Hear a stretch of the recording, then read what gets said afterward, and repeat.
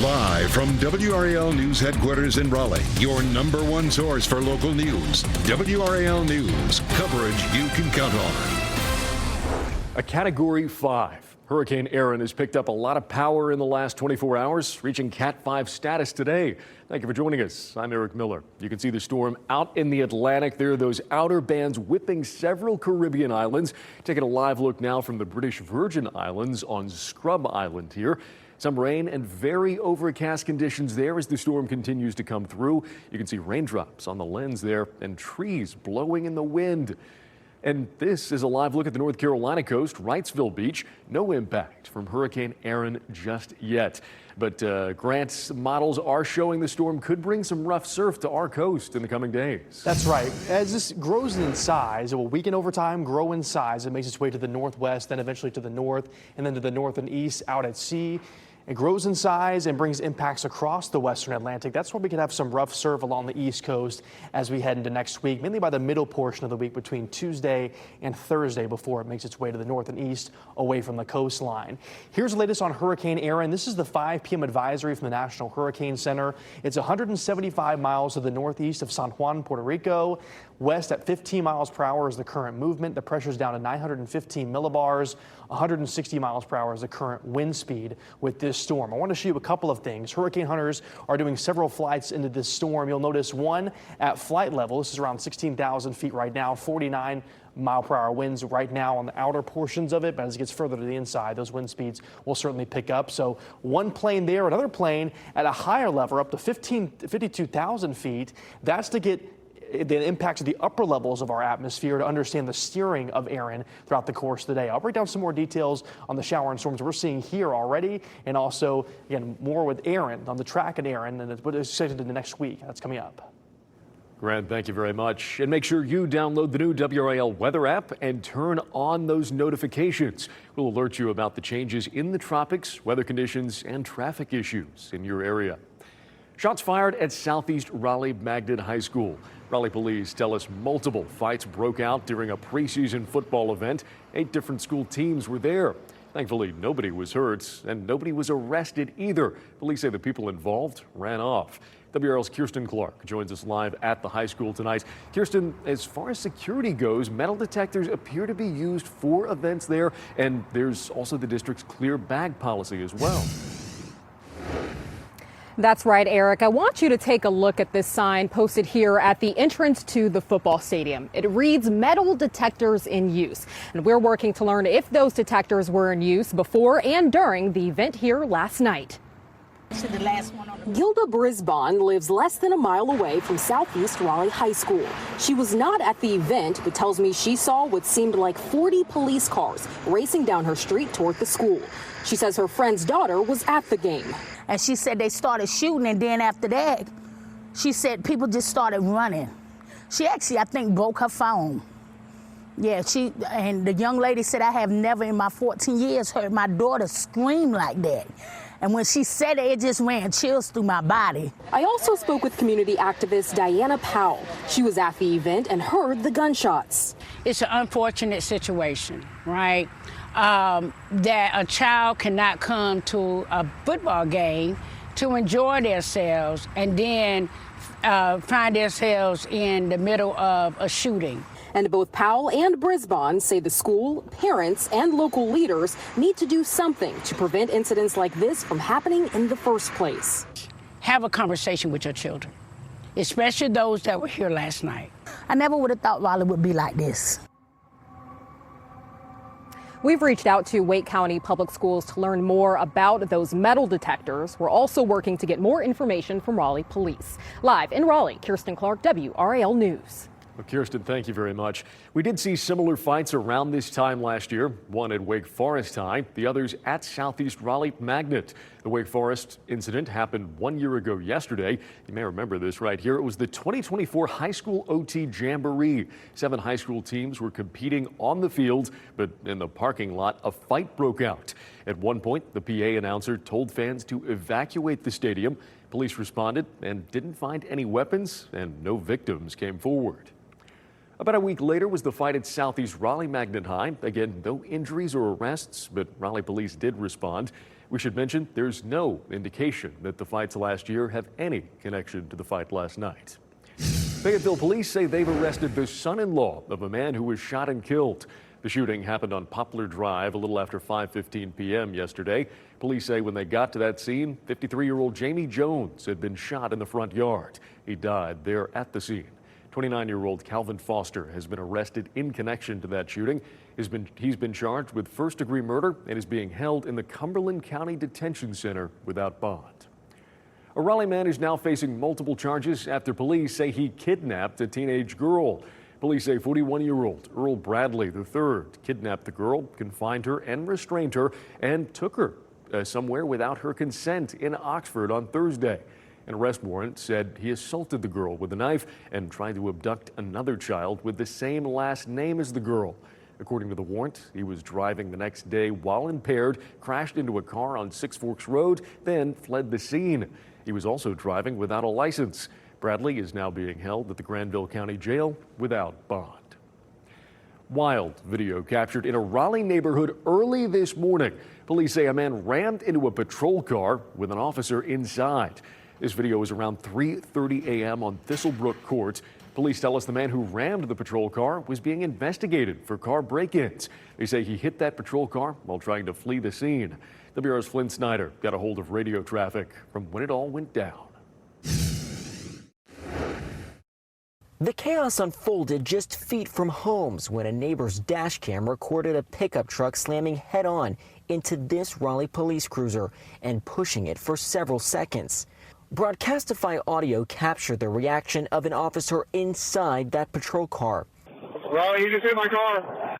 Raleigh police say a car break-in suspect was trying to flee when he struck the police cruiser. More video taken earlier from a camera on the window of the neighbor's car appears to show the suspect arriving in a pickup truck on Thistlebrook Court. The suspect then parks next to two vehicles and appears to look inside with a flashlight.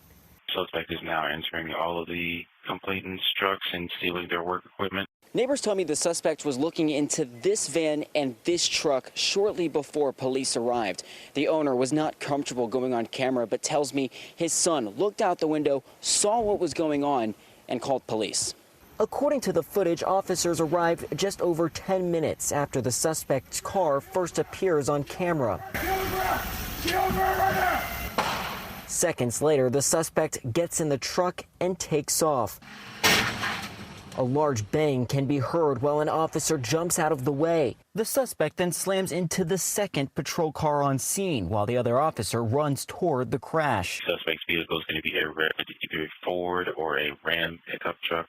Police say the suspect had on a ski mask and was able to drive away. The officer inside the rammed police car was taken to the hospital as a precaution and is expected to recover. A quiet neighborhood turning into the scene of an early morning crash and getaway, leaving neighbors stunned. Flynn Snyder, WRAL News, Raleigh. And at last check with Raleigh police, the suspect has not been arrested. The department says no shots were fired during the incident. Still ahead, it isn't back to school without a new backpack. And in our area, multiple groups are giving them away for free. And as summer vacation comes to an end, apparently everyone's turning their attention to fall trips. Bookings and reservations are up 12% compared to last year. We're going to talk about why after the break. Welcome back. Taking a live look there over Wrightsville Beach this afternoon, where you can see some folks at least hopeful that Hurricane Aaron is going to bring something to the North Carolina coast. All those surfers out there waiting on a big wave to come in. Have another check of our forecast, including what that storm is doing, in just a couple minutes. Kids in Raleigh got some free backpacks, school supplies, food, even haircuts today. NC Central basketball coach Lavelle Moten hosted his annual Back to School Community Day. It took place at the Raleigh Boys Club on Raleigh Boulevard. Moten says he's always proud to give back to his community ahead of the new school year. I just wanted to eliminate the worries of trying to get a book bag and trying to get school supplies and trying to get haircuts and manicures and pedicures, all of those things that we never really think about. Yeah, it's the 16th year for this back-to-school event. Another school supply giveaway in Raleigh today. This one organized by the Raleigh chapter of Sigma Gamma Rho. The The sorority and its affiliates partnered with Safe Child to host Operation Big Book Bag. Each student received a backpack with school supplies as well as free books. We feel it's going to ease the burden economically for the parents, whether there's one child or multiple children within the household, and not only just the parents, but teachers as well. And volunteers handed out roughly 300 backpacks there. Operation Big Book Bag began in 1996 and takes place across the nation. Well, college move-ins continued today with Duke freshmen getting into their dorms starting this morning. This new class of first-year students represents 49 U.S. states and 55 foreign countries. About 17% of the class, 236 students, are North Carolinians, and 51 more come from South Carolina. Move-in is also underway at UNC and NC State. New data shows more people are choosing to travel in the fall rather than the summer. That's according to luxury travel company Virtuoso. They report seeing a 12% surge in bookings and reservations for the fall compared to this time last year. They say people find the fall more relaxing and stress-free.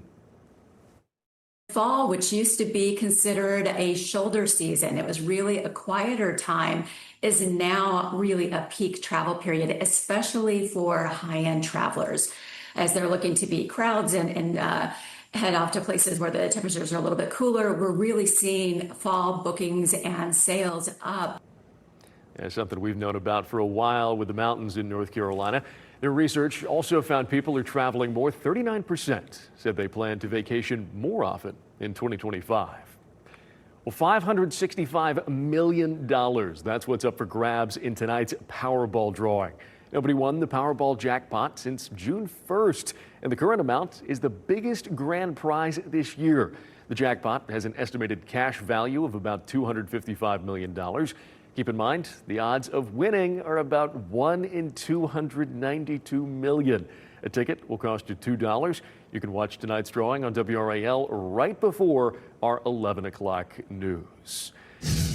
Oh, you know what? We are winning the weather game, at least at this point, Grant. That is a scary storm out there in the Atlantic, but at least it seems to be steering itself away from us. That's right. Staying out over sea, but still going to bring impacts to the East Coast of North Carolina. So watching this storm very closely, 160 mile per hour winds as of the 5 p.m. advisory today. We'll move to the northwest, then north, then to the north and east.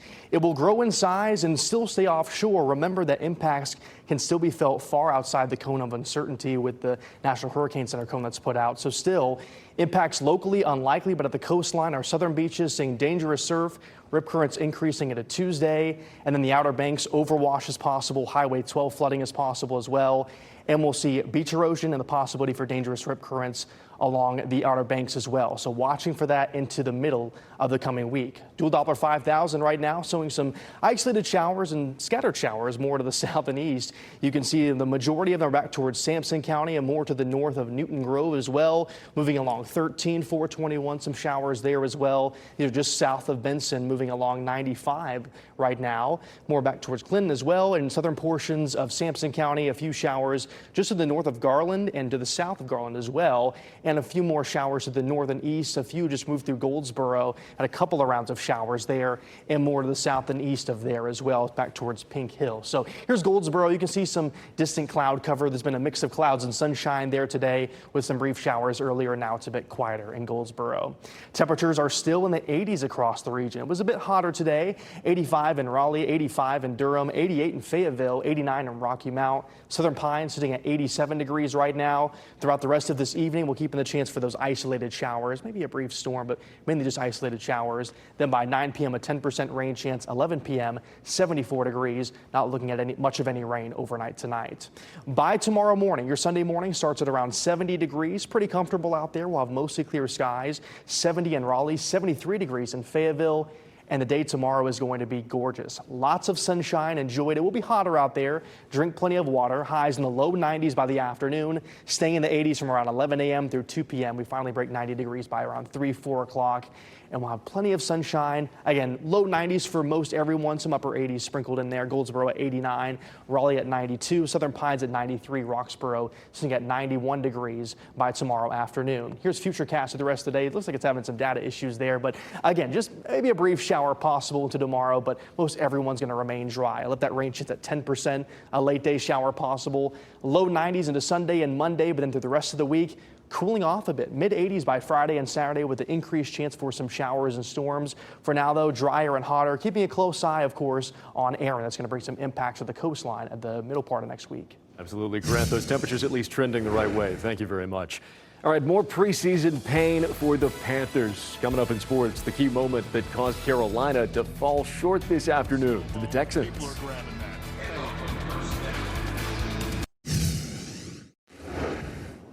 John Anderschick won a national title as an assistant coach for the Florida Gators back in April. 2 days later, he was in Bowie's Creek being announced as the next head coach at the Campbell Camels men's basketball team. It's his first head coaching job with high expectations on his shoulders. Coach Anderschick gave me exclusive access as he's forming his first team as he's looking to make Campbell the next mid-major powerhouse. Hey, we got cameras here. I'm mic'd up. People are excited about this program. They want to see what we're all about, how we're working. Don't change. Here we go. Team on three. 1, 2, 3. It's a really, really exciting time for this program and for this university. I can feel the energy every time I go to a restaurant or grocery store. Everybody wants to talk about the team. Let's go. Got to have a good one, fellas. Let's go, baby. We're moving into an era where college basketball is very transactional, but Campbell's a place that offers a transformational experience.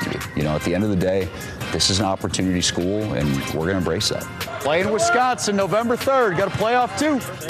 Get on that paint. Get them up in the air. We're honest about where we sit. We're not at the top of the pile right now. We're certainly not at the bottom, but we're in that group that's got some work to do. And to be honest, that's where Florida was last year. I think we were picked maybe 6th in the SEC going into the season, and we had to fight for everything we got, and the end result was pretty good. Smooth it out, Enoch. Smooth it out. Brush over. Here we go. I know what it takes to be an NBA player. I've recruited 10 or 12 of them. I've coached a handful more. Been a part of winning at the highest level in college basketball. I have a very good understanding of how I want to play on both sides of the floor, and for me, if it ain't broke, don't fix it. We're going to play a lot like we did at Florida. We'll play two bigs. We'll play fast. We're going to push the pace, get up and down the floor. What's going on down there? We got to figure out this duck in. Got to figure it out. It's the defender's on the wrong side every time. It's one camera from a local news station. I don't know why we can't catch and pass. We're going to play on national TV games against Hall of Fame coaches, stuff like that. Like we shouldn't be bothered by Chris and the local TV station, okay? I think we've added some really talented players out of the transfer portal. We just announced Davidas Butka from Pepperdine. He was a guy who had a lot of success there. He should be one of the best players in our league, I believe. Yeah, there we go. Good. That looks better. That looks better. Here we go. DJ Smith was a starting point guard on an NCAA tournament team at Robert Morris. I think he'll remind our fans a little bit of Chris Clemens, who was the best player here. We got those returners. I think Cam and Tassos will play a big role. They're just good dudes. They're really good people that are humble, hardworking. Rob, just shoot it. You're a great shooter. I know you're being unselfish, but for you, you're open. So we're going to do our program and believe in what we do and live with the consequences, because I think the results are going to be pretty good. I really do. Has some big expectations there. Our thanks to Chris. All right, well, it was a painful afternoon for Panthers fans out there. Carolina took a 20-3 loss in their latest preseason game against the Texans. The lone score for the Panthers came just before halftime when rookie Ryan Fitzgerald nailed a 52-yard field goal that cut the Texans' lead to 7-3. Bryce Young failed to get the Panthers moving in 2 drives, going 0 for 2 and taking 1 sack. Andy Dalton replaced Young before stepping off the field with a right elbow injury. The second half was all Houston all the time. The Texans expanding their lead and intercepting the Panthers' third-string QB, Jack Plummer, twice. The Panthers will host Pittsburgh on Thursday. Well, thank you for joining us tonight. Have a good evening. We'll see you back here, same time, same place tomorrow.